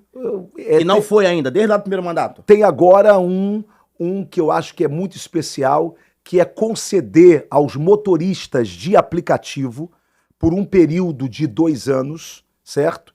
Eles terem o direito de terem a mesma condição que os nossos irmãos taxistas têm, que é a isenção do imposto que se cobra quando você compra um veículo, o IPI. Ou seja, hoje nós temos mais de 300 mil motoristas de aplicativos no estado do Rio de Janeiro, uma gente ralando, trabalhando, sem condição nenhuma, sem nenhuma proteção trabalhista, e quem é motorista de Uber sabe disso, não é? Quem é motorista de aplicativo sabe disso, e eu acho que o Estado poderia conceder a esse cara pelo menos essa oportunidade, ele comprovando, não é para todo mundo, não basta você agora, não, ele comprovando de que a única subsistência dele é o aplicativo. Ele não tem outro meio de subsistência, não é? Então, teria toda esta regulação, mas o Estado concederia a ele o mesmo privilégio ou a mesma oportunidade, nem seria privilégio, que hoje os nossos amigos taxistas teriam.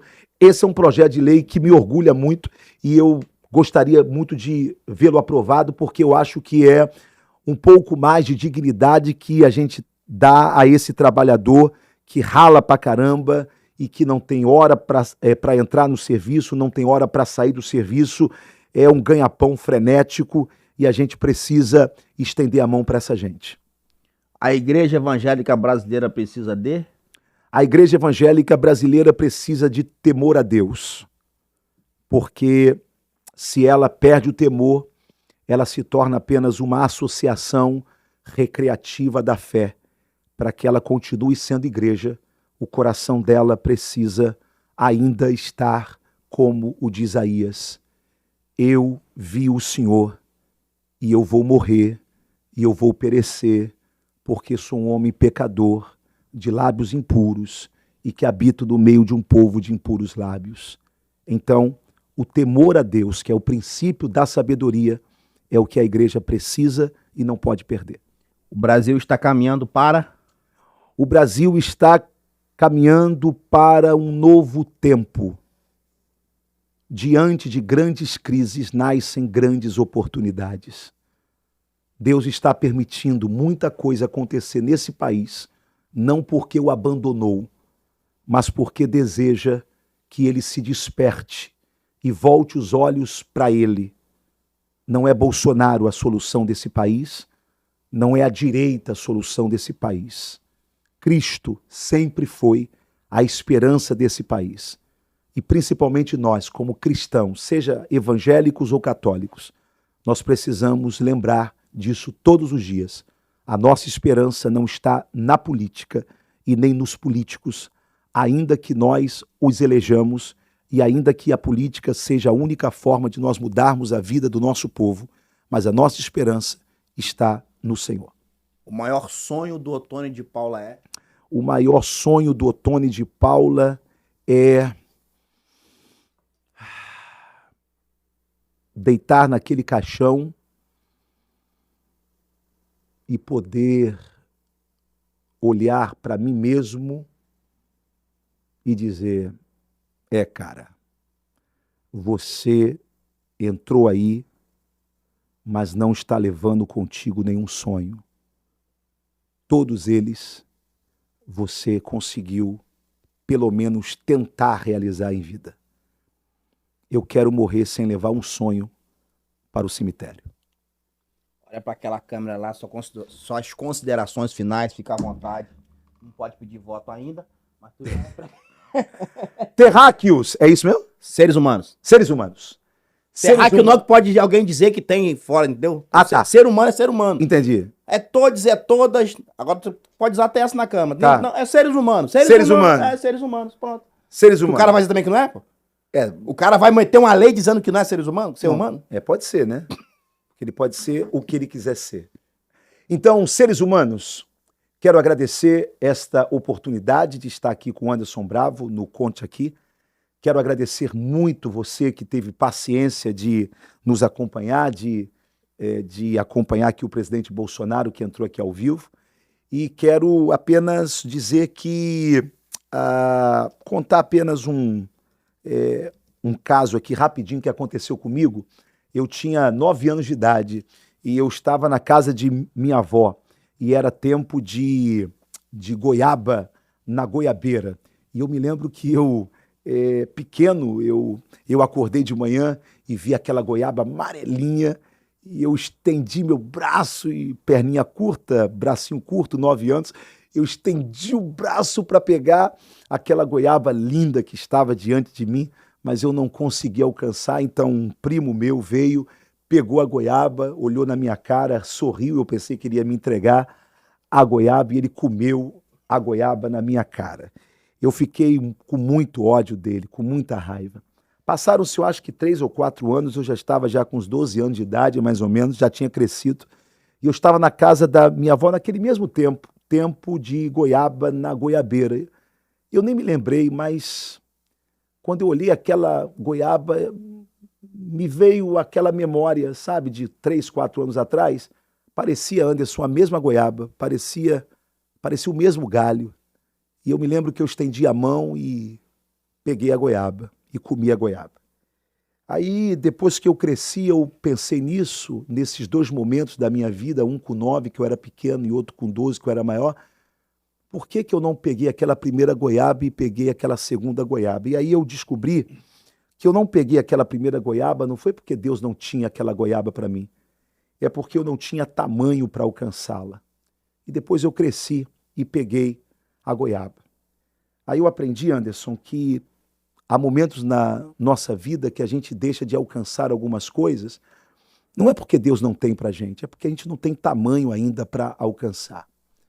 Então, não desista de tentar pegar a sua goiaba. Se não alcançou ontem, talvez alcance hoje. Se não alcançar hoje, talvez seja amanhã. Mas uma hora você alcança. Deus está te fazendo crescer. E um dia a goiaba vai vir na sua mão. Continue tentando. Tu lembra que tu morou em Auma? Sim, claro. Nos prédiozinhos? Sim. Eu vou encerrar esse podcast hoje. Eu tenho muitas histórias que eu poderia contar aqui sobre o Ottoni. Algumas eu contei em off, me emocionei pra caramba, me segurei. E eu disse pra ele que muitas histórias ele nem sabe, nem lembra. A gente se encontra. Eu nunca fui na sua casa. Sim. Mas eu fui ali. E aí eu vi as pessoas andando assim, você falou assim, aqui atrás tem um monte. As pessoas vinham orar aqui. Nessa época eu morava em São Gonçalo, eu tava de carona com outro pastor. E você disse pra mim assim, cara, esse monte aqui é muito bom, vem orar aqui. E aí eu passei a frequentar aquele monte, vindo de São Gonçalo. Todas as vezes que a gente estiver diante de uma situação um pouco complicada, entenda que Deus vai colocar na sua vida pessoas para te dar direção. Pode parecer uma analogia tosca, mas eu descobri durante muito tempo da minha vida um lugar de oração que você me direcionou, sem que você soubesse.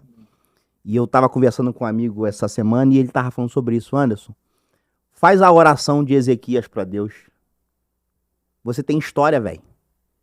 Foi isso que o Ezequias fez. Senhor, lembra Lembra dos montes que eu já subi, das orações que eu já fiz, dos jejuns, das ofertas, dos dízimos. Porque todos nós temos história. A gente conversou muito tempo aqui em off, coisas aqui bacanas que a gente riu, se emocionou. E o Ottoni é um cara que tá aí. Você pode gostar, você pode não gostar, mas o cara tá aí, irmão. E é fato, mostrou que tem moral com o presidente. Ligou na hora aqui ao vivo. Então, quero agradecer mais uma vez, Didático Tech. Davi, hoje tu se superou, hein, negão? Ninguém sabe, o Davi fez aqui na manha mesmo aqui, tipo Ayrton Senna, quando o câmbio quebra. Segurou na manha aqui. Nós estamos tendo a honra de ter durante todo o podcast. Hoje é o episódio número 29 do Conta Aqui e é a primeira vez que o CEO da empresa assistiu todo o podcast sentadinho ali. Bruno Bonfante, você é um presente de Deus na minha vida. 40, né, parceiro? 40 anos, esse garoto guerreiro. Deus te abençoe. Compartilha, comenta, curta. Até o próximo Conta Aqui. Valeu! Obrigado, irmão. Valeu, irmão.